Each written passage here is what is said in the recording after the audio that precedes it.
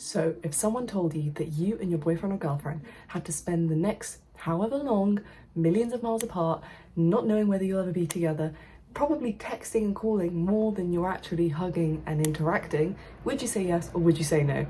Probably you'd say no. But turns out more and more people are agreeing to be in long distance relationships, including me. So in this video, I want to give you the hacks that I've learned in the last 2 years of being in a long distance relationship so that you don't have to make the mistakes I did. You have some idea of what you're getting yourself into, because I do think it is a rewarding thing, it is a good thing, and it's not as bad as it sounds. So it is bad, but yeah, anyway. So my tip number one is you don't have to speak every single day.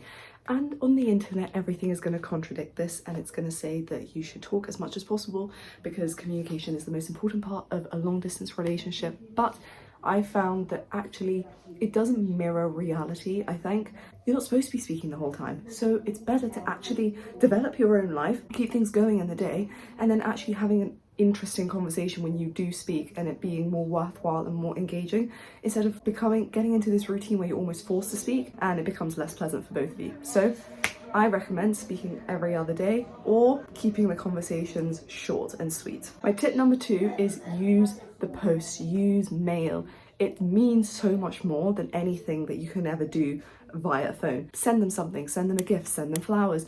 I used to send like chocolate strawberries to my boyfriend and stuff like that, like little like bouquets, and he'd send flowers, or we'd send letters to each other, and it means more. It feels like a surprise firstly. It also feels like something physical that was once in their hands and now is in yours, and I don't know, I feel like there's something romantic about it being physical. So use the post. Don't just stick to online communication, and surprise each other in that way. Also, you can deliver, like do takeaway services for the other in their like country, and that's quite a nice way to give the other food. So yeah.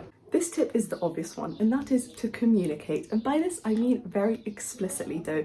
Don't wait around expecting your partner to be able to try guess what you're thinking, because over long distance, you don't have these physical cues that humans use to understand what the other person wants. So you have to be a bit more blunt with your words and what you want. This is really good because when you do get together, your communication is like going to shock you at how good it is. But when you're apart, you do just have to maintain this and make sure that you're not, oh, why doesn't he know? Oh, why doesn't she guess that I want that?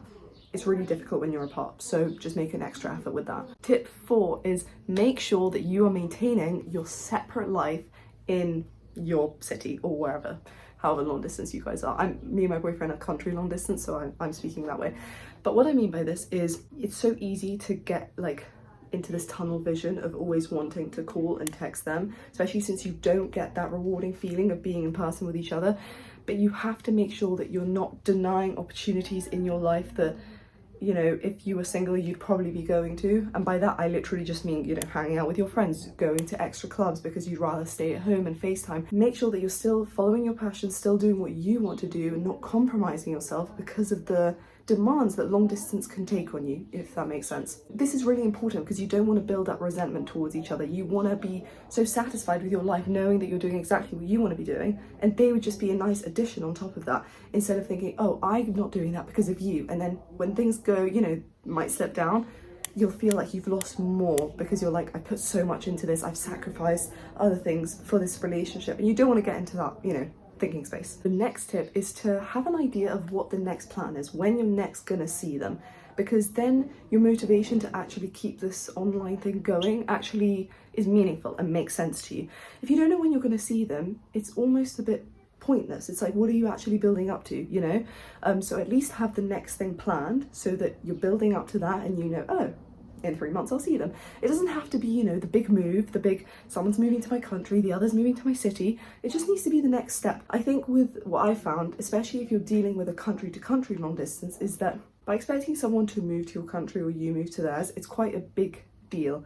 And I don't think it's something that comes along very quickly. We can't expect that of someone. So you have to take things very slowly, and to expect someone to leave their culture and their country is a really big sacrifice. So just take your time, be patient, and do baby steps, small by small. Integrate into each other's cultures and societies and see how that works. But make sure you've got a plan.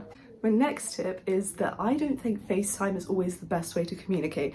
And I feel, again, the internet loves to say this, that FaceTime is the best because it mimics reality, right? We've got the person's face there. But FaceTime is like this weird thing where Firstly, you're probably looking at yourself more than you're looking at the other person. It's quite exhausting to hold your phone up to your face for quite a long time. We want the other person to be more smiley and more optimistic when we're on FaceTime, because it's like we're having this conversation, so there's more demand. Whilst if you were in the same room, there wouldn't be that same demand, I found. So I think sometimes FaceTime is not the right way.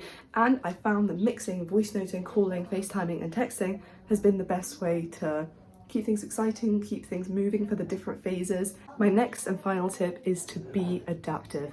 Your relationship is going to have a lot of phases, like I just mentioned, where things that may have worked, you might have found a way to make it work. Like, oh, we've set some new rules, kind of, we've set some new understandings, oh, it's going great. And then the next moment it won't work, and that's fine. It just means you have to reassess and readapt the situation because things change. So don't expect things that worked before to always work. I hope you enjoyed the video, guys, and if you did, please consider subscribing, liking, all that stuff, and if you have any other video ideas, leave them in the comments below. Thank you, bye!